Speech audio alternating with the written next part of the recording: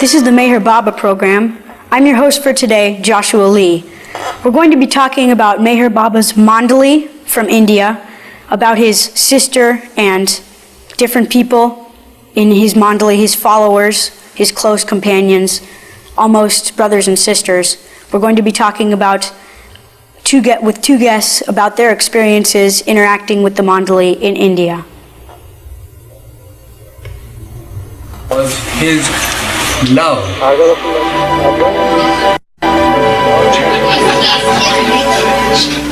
Meher Baba once said that today the urgent need of humanity is not organized religions, but love. Divine love will conquer hate and fear. It will not depend upon other justifications, but will justify itself. I have come, he said, to awaken in man this divine love. It will restore to him the unfathomable richness of his own eternal being and will solve all of his problems.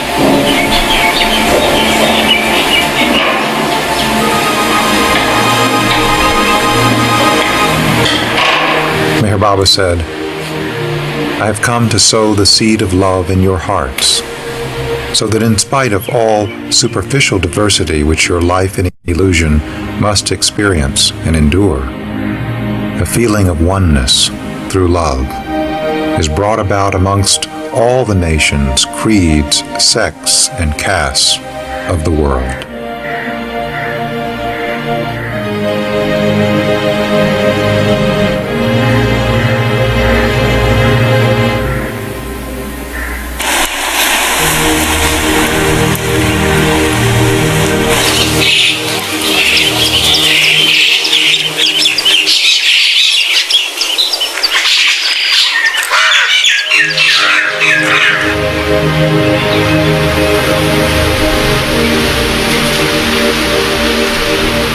My little ones from all over the world, they will come.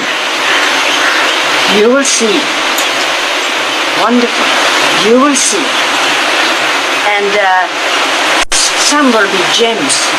And you will see. And Baba's expression on Baba's face as he said that, as I've written somewhere, like the pride of a father and the love of a mother, he said, you see, man. You will see. That's when this tidal wave, the first tidal wave of his young ones. When I say young ones, it also means those who have not seen him. And we were embracing the ocean. It was a fantastic feeling. So now, of course, we see it's continuing. At first, we saw the many in the one. Our focus was only Baba. We only saw Baba, and all of them were included in that. Now we see the one in the many, in the eyes of his lovers who come daily, in you young people, and all who have come to grow to love him and to come here.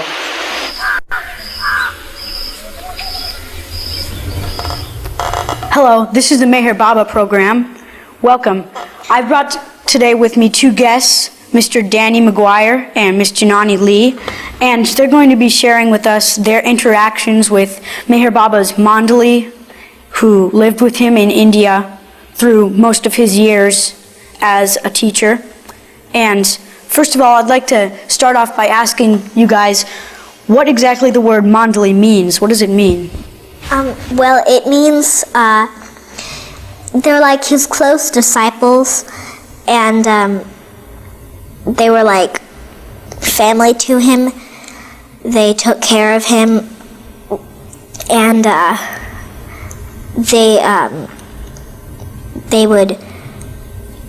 all the women would stay separate from the men. I don't really know why, but it was they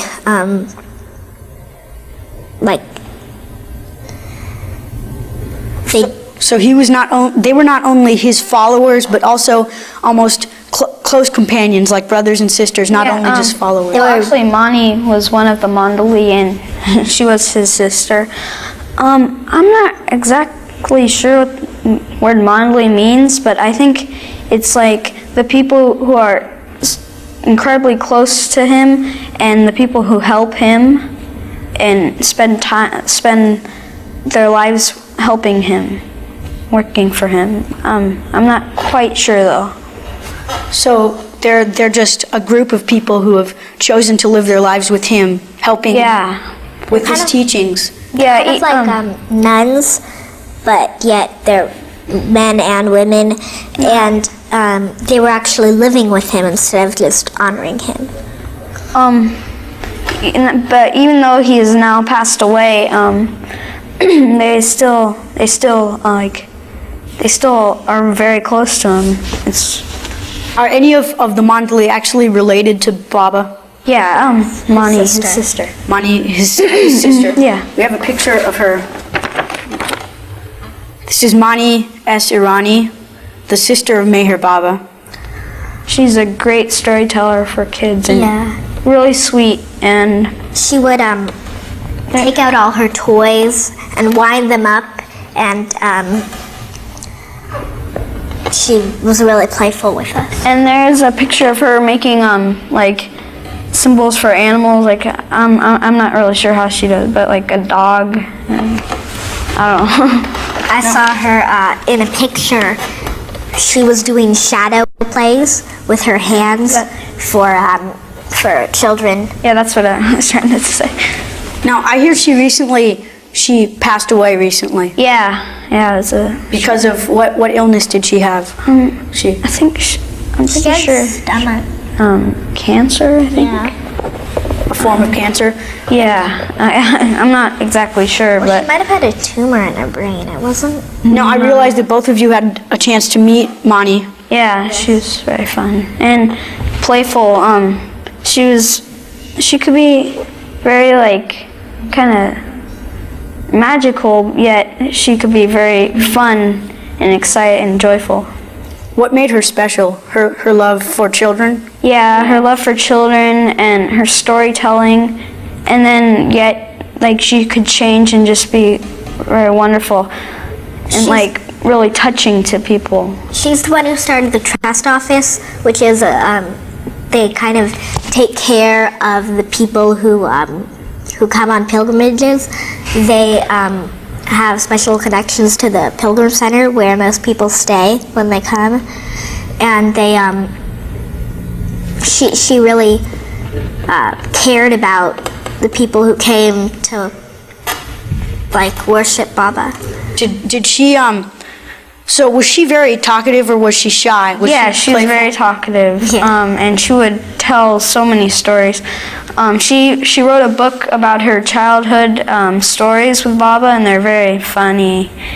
And one time she told a story that Baba had let her have a free day off where she could do whatever she wants, because before she had to like help Baba out and like do what he says and stuff.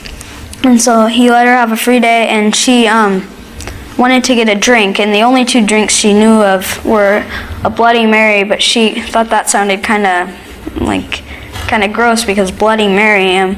And she'd also read detective books, and she had always known of the guys with guns and cigarettes and a martini. So she decided to get a martini, and I think, but it was when she was in Americas, because I don't think they have martinis in India. And so anyways, and the woman served her a martini, and there's a green thing floating in the middle of it. Oh, but anyways, oh wait, I forgot. Okay, when she asked for the martini, she's like, I'd like a martini, please. And she was trying to sound like really, like she really knew what she was talking about. And and then when the woman brought it to her, there's this green thing in it, and the woman left, and she looked at it, and she goes, what could that be? And so the woman came back, and she's like, what is this green thing in my martini? And no, she goes, no. Yeah, what is this strange green object in my martini? And the woman says, it's an olive. She goes, oh, why, of course. Why? This is kind of funny. She's got a ton of great stories. I'm not nearly as good as telling them as her, but It sounds like she's very humorous. yeah. She can't really walk very well, so she has a motorized wheelchair. And there's a sack on it that she keeps candy in, that people bring her candy, and then she gives it to the kids. Not Dr. Goher? No, both of them do it. Oh. So she gives the children candy. Is she? So where are the Mandali? Do they stay at the Pilgrim Center where you stay with them? They stay at Meherzad, except for Bao. He stays. Bao is Baba's night watchman. He stays at the trust office, which is in town. But they stay in Meherzad? Meherzad, where Seclusion Hill is, and Baba's home. How do you get there from the Pilgrim Center? There's to visit them? a There's a bus bus that takes you. takes her there. Does it take you when you ask for it, or does it? No, there's It's every other day. yeah, every other day at I think like 11 or 10. 11, I think. Yeah. It's got a specific time that it takes you, and then it comes back at a specific time too. So it stays there pretty much all day? Yeah. Meherzad? Yeah. No, it comes back a little after lunch. No, it comes back because you eat lunch there, then you stay for a little while longer. Yeah. I think like it comes back around 2. Yeah. While Well, you're it stays there, there. what do you do? Do you just greet the Mandali? What do you, Yeah, you greet the Mandali. There's Their talks. there's talks that you can listen to. Monty tells her stories? Yeah. No, well, this All of them. do actually. What other Mandali are there? There's okay, Nehru, Dr. Goher, Katie. Katie, there's Bauji, Erich and Alaba, and Oliba, wait, I have a story about Oliba's kind of a riot. He has this bell that he always rings when it's like time to leave. He always rings the bell and shout really loud, even during the middle of talks. Even if like the talk isn't over, he'll just ring it really loud and shout, "Board the bus, time to leave!" And he'll just keep on pushing you, and he'll keep on shouting, and it's pretty funny. well, I was there when people performed for the Mandali, and my brother was singing and I was dancing, and a friend of ours was playing the guitar, and right in the middle of it, Alaba came through and was ringing the bell, and Monty one time she just like went like that and kind of like cued not to pay attention. But he was a really kind of funny but yet strict. Yeah. Do either of you have a favorite of the Mandali? Mine is either Mani or Meru. They were both really special to me, and they both talked to me a lot. What made them special? They always, Meru would always talk to me. She would let me sit on her lap, and she was really, really friendly with me. She gave me a necklace, and it was on the day that I was wearing a shirt that went almost exactly with it. Well, both trips I had different favorites. The first trip, I really got along good with Erich, one of Baba's disciples, and he we had a couple teas with him, private teas, and he's pretty funny, and we talked a lot with him, and yeah, I had a great time with him. And I also, the first trip I went, I had a really good time with Monty, because I heard a lot of stories. And then the second time, I had Erich was a little quieter because he wasn't in great condition. But Meru kind of came out and told a lot of good stories the second trip, I never saw Monty except for after she had passed away because she was in such critical condition. And I also I got along with Bao a lot. I had a lot of time with him, and both times Dr. Goher, yeah, sorry. Both times she was really sweet, and Katie's really funny. Katie is Dr. Gohar's sister. Yeah. And with the Mandali, it was really fun to play with them and talk to them.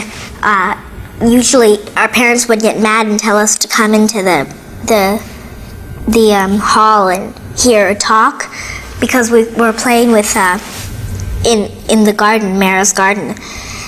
But one of the Mandali just said one time that they're getting a bigger blessing by walking in Mara's garden than the other people are by listening to them talk, because Baba made sure that he walked on every single inch of the garden, so that anyone who stepped on it would get a blessing.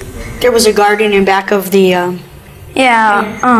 Mara's garden that she had plants and roses growing in, and you could only get to Seclusion Hill by going through the garden and down a path, and it was really fun to play there. There was a swing and teeter-totter. Yeah, but it was kind of old, and so the parents didn't like us playing on it because it made a lot of noise. So.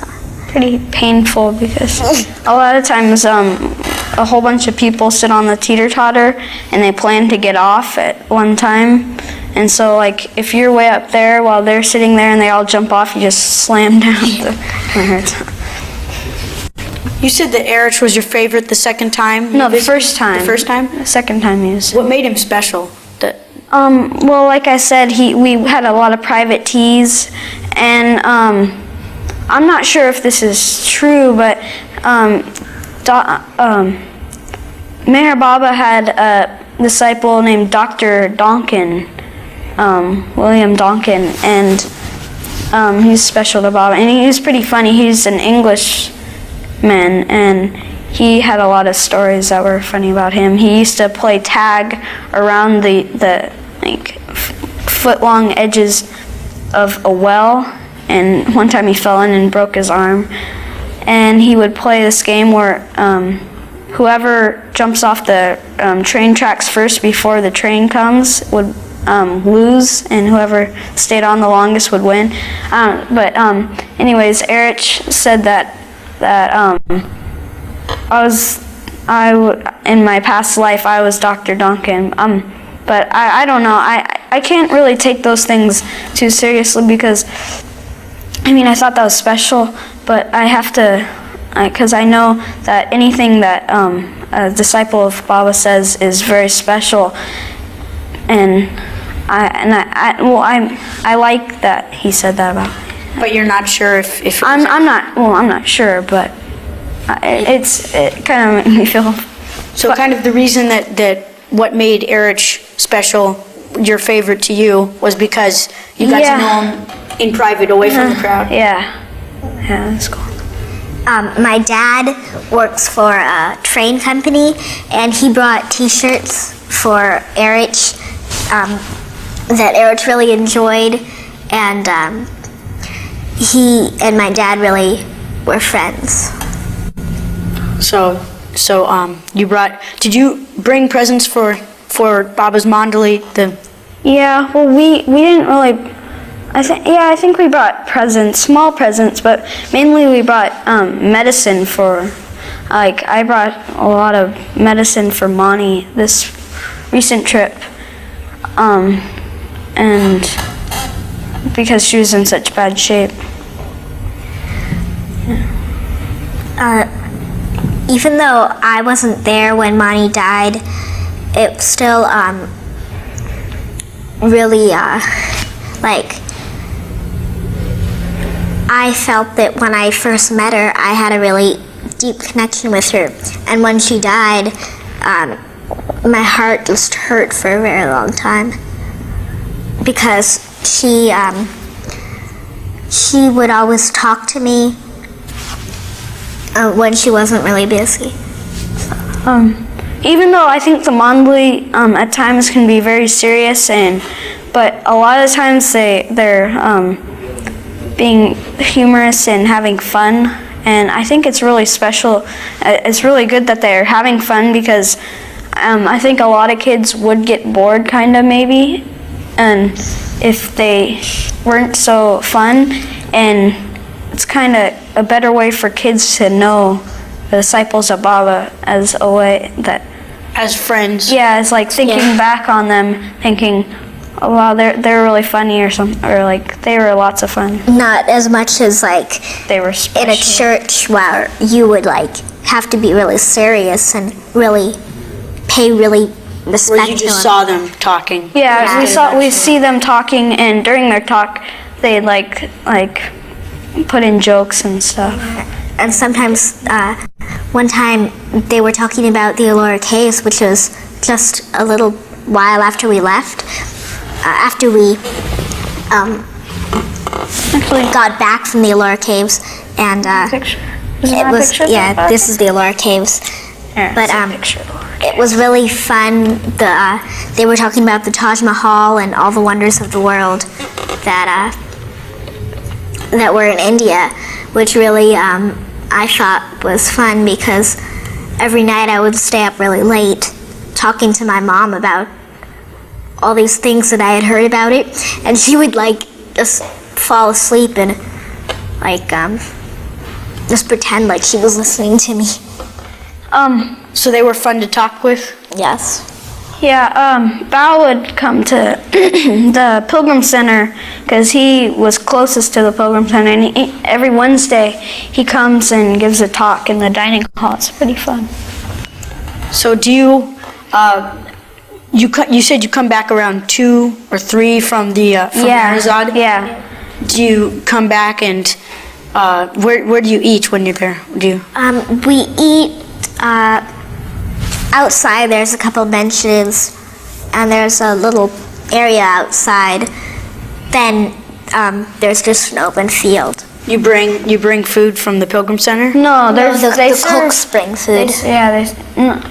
They serve food at Meherzad, Yeah. and they usually have food that isn't like too messy. They have like food that kind of like they'll have. Samoas and chapatis. Yeah, things that like kind of come together, like are together, that you don't have to scoop up out of a bowl. And, But I also really connected to Mohammed, who was a must that met Baba, and I would help him when he was walking with some older girls, and whenever there was a trail of ants, he wouldn't step on them. He would say, "I'm not gonna walk." If he would talk in Marathi, but he would say, "I'm not gonna walk there if there's ants." So I would just have to. I couldn't smush him or else he would get mad. So I would have to move him out of the way. Walk around the ants? Yeah. Move him out. And he was almost like a baby. But Is he a Mandali? no, he was a musk that kind of he's very like high on the spiritual path. I'm not sure what there's different things they say, like the seven planes of consciousness, which are like 7 planes of the spiritual path, and he's way up there, and he really, he's on the 6th plane. yeah, you wouldn't think he's that you wouldn't think that he's very advanced, but really there's a lot going on deep inside there. He went to bed at around 4 o'clock, and In the afternoon? in the afternoon, and usually I would stay and instead of going back to the Pilgrim Center for tea time, I would stay with the person who took care of him and lived with him. Erica. Yeah, and she gave me hot chai and a chapati, and one time it was too hot, and I sipped it, and for about a year, even once I came back to America, my tongue was burnt there. And usually when I sip something hot, it doesn't leave that much of a mark, but Chai is a tea, right? yes, Yeah. it's a black tea that they serve in India. So did he live at Meherzad? Did he stay at No, Meherzad? MeherBab. He didn't live in the Pilgrim Center, but Lived in a little place pretty close to the Pilgrim Center. Oh, a little bit away from the Pilgrim Center? yeah. So you would go and visit him on days you didn't go to Mandali Hall? Yes, I would.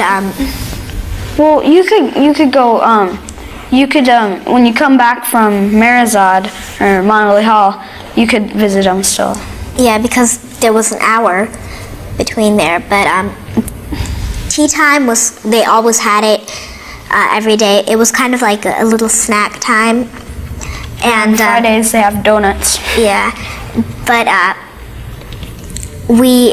all the kids would go to a place down the road, and there was a place that served chocolate and stuff, and we would buy it from there. And one time I bought this really old chocolate, and we cracked it open, and there was bugs in it, and because the expiration date was 94, and we were there in 95, so that really stuck in my memory. It's a place called the STD. It's just down the road, and you can buy sodas there, and they have different kind of sodas. There's like a Sprite called Limca, and like a Limbu Pani. yeah. There's a lot of. It's a really India. I'd have to say is a great place to visit. All right. Well, that's all the time we have for today. Please join us again next week for the MeherBaba program.